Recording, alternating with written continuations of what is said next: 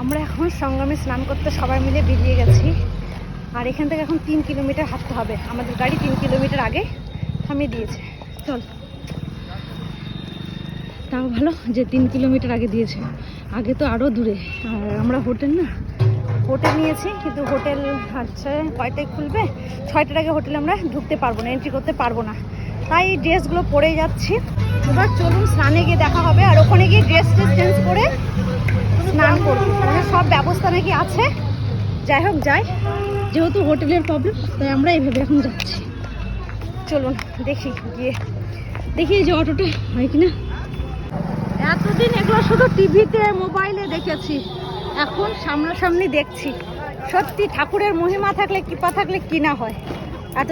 এতদিন শুধু দেখেছি, আর আজকে নিজে আমি চলে এসেছি মহাকুম্ভে, আমার মহাদেবের কাছে। চলো, কত আমরা কিন্তু সঙ্গম ঘাটে চলে এসেছি।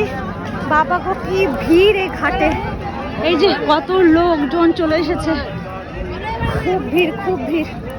যাই এবার মেন ঘাটে গিয়ে স্নানটা সেরে নিই।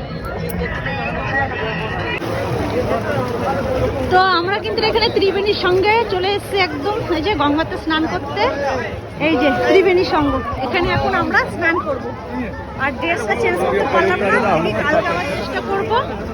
একদম ড্রেসটা চেঞ্জ করার মানে সুযোগ পেলাম না, এখানে হোটেলটাও তো পাইনি। তো চলো স্নান করার জন্য রেডি হই। চলো, ত্রিবেণী সঙ্গ, এইদিকে আছে গঙ্গা, ওখানে নৌকা, আর এই যে যমুনা। আর এখানে আমরা করবো এখন স্নান। তো আমি এখানে চলে এসেছি, স্নান করি। চলো,